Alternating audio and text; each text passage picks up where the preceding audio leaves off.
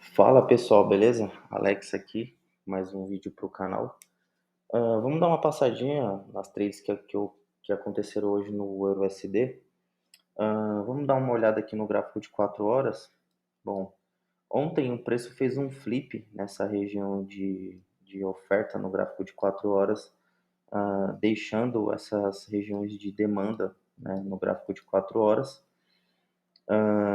Uma possível, né, pullback para uma possível expansão do preço. E aí, partindo do gráfico de 15 minutos, o preço reagiu numa zona de oferta extrema do gráfico de 15 minutos. Ele consumiu essa liquidez, esses topos iguais, e veio e testou uma região, esse pavio, né, do gráfico de 15 minutos. Aqui, ó, que vocês podem ver, essa região aqui. E aí, partindo para o gráfico de 5 minutos, o que o preço fez aqui, ó? Ele teve essa primeira mudança de caráter no gráfico de 5 minutos, depois de fato ele quebrou, né? Ele quebrou esse fundo aqui, depois quebrou esse, só fazendo, só quebrando fundos, né? Fundos, opa, fundos. Então a gente estava num pullback do preço. Então aqui a gente só pensa em vendas, não pensa em compras. E aí no gráfico de 15 eu tinha essas duas regiões, ó, essa decisional e essa região mais extrema, né, e confluindo com a região do gráfico de 4 horas. Então aqui era uma possível reação do preço, né, uma continuação do preço. Então olhando aqui no gráfico de 1 minuto, não. Assim que fechou a sessão de Tóquio e abriu o mercado de Frankfurt, o preço quebrou essa última estrutura no gráfico de essa estrutura de M5. O preço fez um pullback e tocou na região de oferta do gráfico de 5 minutos também. E aí, refinando, a gente tinha essa região no gráfico de 1 minuto. O que o preço fez aqui? Ó? O preço fez uma expansão, depois fez um forte movimento para baixo, deixando imbalance, mais imbalance. E é isso que a gente procura nas nossas trades. Essas zonas que tem imbalance, né, de preço, as melhores. E aí você botaria uma ordem aqui e o preço já teve uma forte reação, deixando em balance aqui também, deixando esse decisional. Depois de fato ele quebrou a estrutura. E aí se a gente traçasse uma Fibonacci, daqui até aqui, opa, se a gente traçasse uma Fibonacci daqui até aqui, a gente estava em área de desconto do preço, né? Esse aqui era uma zona de oferta de 3 minutos. Se vocês colocarem no gráfico de vocês, vai ter um inside candle. E aí o preço foi e voltou na zona, testando. Aqui tinha liquidez. Opa. O preço havia deixado liquidez aqui nessa linha. E aí o preço voltou para consumir essa liquidez e fazer a sua continuação de baixa. E aí depois de fato o preço quebrou esse último fundo, né? Quebrou esse, na verdade quebrou esse. E aí se a gente traçasse nossa Fibonacci de novo, ó, desse topo até este fundo, região de prêmio, região de desconto. Então, novamente, o que o preço fez aqui, ó? Assim que o preço tocou nessa região de M3, ele deixou imbalance de preço, deixou essa zona de oferta, o preço quebrou essa estrutura, e aí o preço voltou lá, exatamente na região para mitigar. E aí o que o preço fez aqui? O preço teve essa expansão de novo, quebrando estrutura, e aí o preço começou a fazer o pullback, deixando essa topos iguais, e aí o preço foi mitigar essa região de M1. Por que essa região de M1? Vamos ver aqui, ó. O preço fez uma expansão, tocou na região, e aí depois ele fez esse forte movimento de queda. O que a gente procura? Blocos que têm imbalance de preço. Esse era uma região que deixou imbalance. Mesmo tendo esta região aqui, mas essa região não deixou imbalance de preço. Qual foi a região que deixou imbalance? Essa aqui. Então, o que o preço fez? Mitigou lá, exatamente. Então, quais as regiões que eu prefiro? As regiões que têm imbalance. Ponto. Aí o preço foi lá, mitigou certinho, né, na região.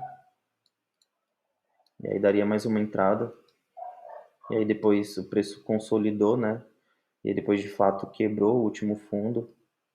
E aí o preço fez o pullback, deixando essa zona de liquidez, deixando essa zona de oferta, né? Porque o que o preço fez aqui? Ó, ele consumiu, fez um sweep dessa região, consumiu liquidez, desceu, voltou, deixou topos iguais, deixou esse topos iguais também, e aí de fato ele foi consumir.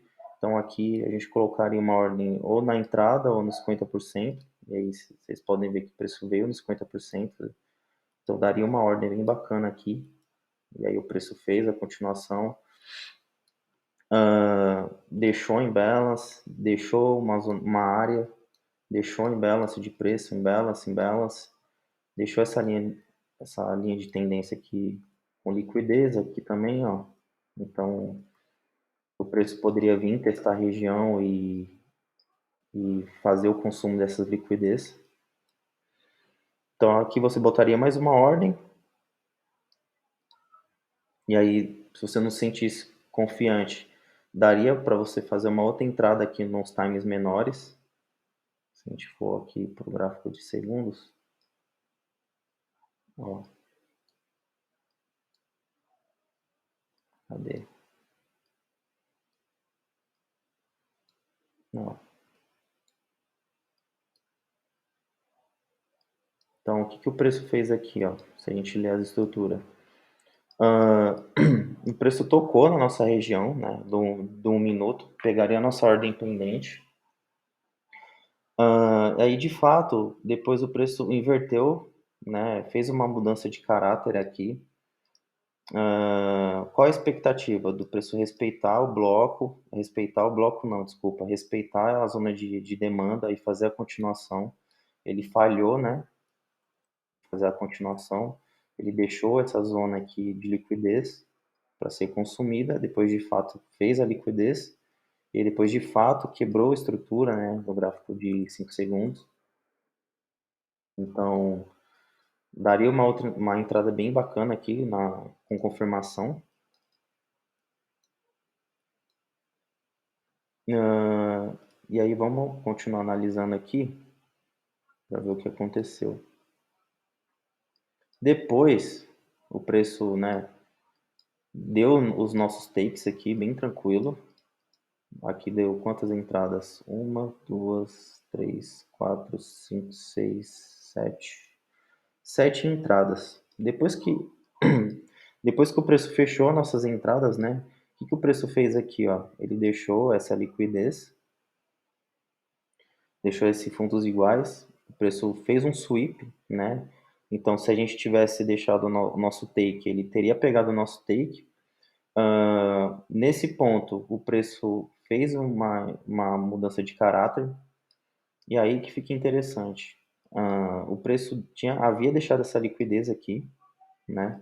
E também havia deixado esse bloco de 2 minutos. Aqui daria uma ordem de compra, né? Pensando em uma possível expansão do preço, né? Porque ele havia chegado numa zona de demanda de 15 minutos. Então, a gente já mudaria o nosso viés. Só que o preço, depois que ele fez essa expansão, ele não quebra esse último topo aqui. Ele falha em quebrar esse último topo aqui. Isso já me dá indícios de que o preço está querendo mudar a direção. Então, o preço deixou essa zona de demanda, fez essa retração quebrando o último fundo, então isso já confirma de que o preço quer fazer fundos mais baixos. Voltou na região testando, e aí, de fato, ele consolidou, né, de fato, e depois quebrou a estrutura. Então aqui fica mais visível no gráfico de 15 segundos. Ó, gráfico de 15 segundos aqui, ó. Aqui seria uma ordem bem arriscada, então, tipo, talvez eu não faria também, porque ele não tinha quebrado esse fundo aqui. O preço fez, ó, uma primeira mudança de caráter, depois que ele falhou em quebrar esse topo, fez uma mudança de caráter e voltou para testar. Então aqui seria a nossa primeira entrada. Depois o preço foi, né? Quebrou de fato a estrutura de M1 aqui. Novamente, o preço deixou em balance, deixou zona de oferta e aí deixou essa liquidez aqui para ser consumida, né? E aí depois de fato o preço foi lá, testou a região, daria mais uma entrada. Se você não pegasse essa entrada, você esperaria no 15 segundos uma, uma mudança de caráter. Foi o que aconteceu aqui, ó. A gente tinha essa última zona de oferta, de demanda, desculpa. Ele foi violada e aí ele deixou novamente liquidez e aí de fato ele consumiu a liquidez, dando a nossa outra entrada. Depois o preço meio que consolidou aqui e aí deixou liquidez nessa linha de tendência. E aí ele, de fato, ele quebrou, né, o, esse fundo, mas a gente ainda estava dentro do bloco de 15 minutos. Depois, de fato, ele quebrou, né? Ele quebrou a área de demanda de 15 minutos. E aí depois ele veio testar a zona de oferta, a zona de demanda, desculpa, do gráfico maior de 15 minutos. Só que o que acontece aqui, ó? Depois que ele faz esse rally de alta aqui, né? E quebrar essa última zona de oferta no gráfico de 1 minuto, ele deixou essa zona de demanda aqui. Só que, se a gente for olhar aqui, ele havia deixado liquidez, né, nesse fundos iguais. Então era bem provável que ele ia vir consumir essa liquidez, né? E de fato ele só deu uma paviuzada, né? Consumiu a liquidez e aí ele começou a inverter a estrutura de fato. Aqui a gente tinha a nossa última zona de oferta, o preço fez um flip, né? Deixando essa região de 2 minutos.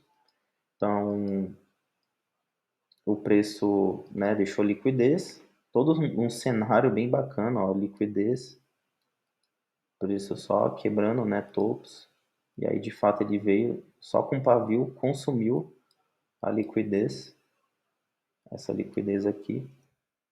Aí daria mais uma entrada de compra aqui, né? Seguindo o fluxo. Já ele mudou o viés aqui, né? Já estava como comprador. E aí deu mais ou menos um profit aqui já de 1/8 aqui, né? Agora ele tá meio que voltando, mas ele tinha dado 1/8. Então essas foram as três de hoje no EURUSD. Só seguindo o fluxo de mercado, né? Então a gente estava trabalhando no pullback do preço. Então ele poderia vir reagir aqui e fazer a continuação, ou reagir aqui e fazer a continuação, né, do preço. Então eu estava de olho nessas regiões. Hoje eu não operei, eu não consegui operar, mas essas foram as três que aconteceram hoje. Espero que vocês tenham gostado. Qualquer dúvida, manda aí nos comentários, vou tentar responder, ou me manda um direct lá no Instagram.